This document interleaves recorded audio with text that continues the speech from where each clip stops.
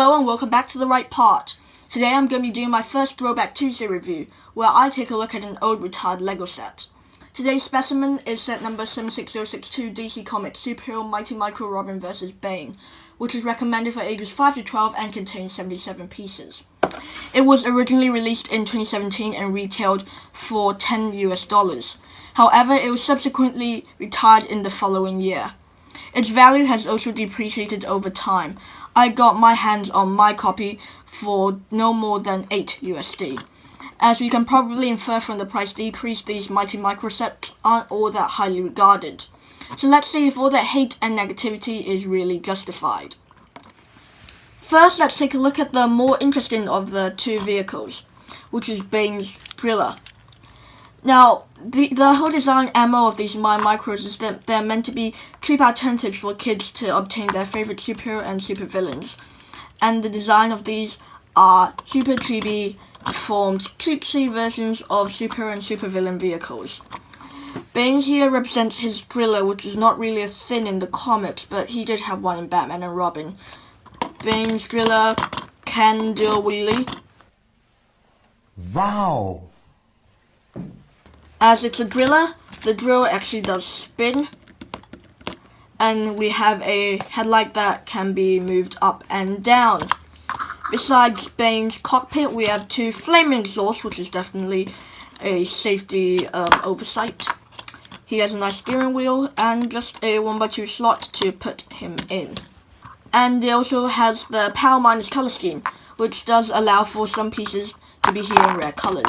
For example, we have this bracket piece in bright spring green, this hinge in orange, and these wheel fenders and this curved piece in bright spring green. Bane's design takes inspiration from Batman the Animated Series, save for the lack of a mouth hole, but that was one of the worst parts of the BTS design anyway. His face isn't too cartoony and still usable outside the setting, which I quite enjoy. The torso, on the other hand, has this stupid giant bee in the center of it, and it really reduces the versatility. His abs are also atrocious. They look like a freaking spider. What was the designer thinking? His back print, though, is pretty glorious. I mean, for once, the muscle printing is cleaner and looks better. And we also have detailing for the venom tubes. The reason why it comes with short legs is because it makes him look shorter and stealthier and a bit cuter, which can't fit the Mighty Micro scheme. Next vehicle, which is Robin's. Robin's design takes inspiration from the Teen Titans TV show, which I pretty much hate. His design is also very simplistic and lacking in a lot of the finer details. I have back print on a continuation of the belt. His face is hideous. The smile is tilted to one side, which is meant to look comic-y and cartoony, but it ends up just looking garish and kind of disturbing. He has the 2012 Robin Happy standard short green legs and a harpoon gun.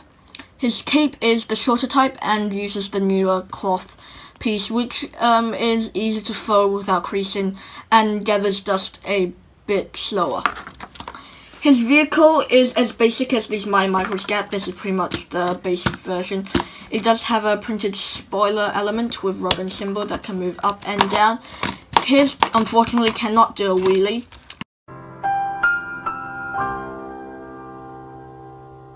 And there are two exhausts at the back. There's also some curved green elements to represent fenders. The My Micros introduce a new piece, which is this wheel base, and you can attach 4 wheels to it. Whilst I'm at the wheels, I would like to point out that this has a nice bit of shared continuity with the Batmobile Mighty Micro, because that also uses smaller wheels in front and larger wheels at the back. And then there's this new preformed chassis piece with the wheel arches, which you simply pop on, and the steering wheel is going on top. So yeah, that's how these new Mighty Micros are made. And here, the more eagle-eyed viewers will probably recognize that this is a giant design fail, because the front is so easy to pop off. My brother, who's 5 years old, was playing with this, and it kept falling off. So that's a design fail in my opinion. The box has the name, the piece count. I mean, my version does have the piece count, but it's a European version. There's a punch tab over here at the back, and just an advertisement for the others in the wave. Each vehicle comes with their own instruction manual. This is Bane's. This is Robin's. His has 16 steps. Bane's has 15 steps. Nothing really spectacular there. It also comes with a third piece of leaflet, which it has the pieces, the win advertisement, along with an advert for the BVS sets and the Mighty Micros app. In turn for the extra pieces, you get a stick of dynamite, which is meant to go with Bane. And just some cheese wedges, a harpoon. Mine came with an extra one of these silver cones, and I'm pretty sure this is unintentional. So apologies to whoever had a missing silver cone with their copy of the set.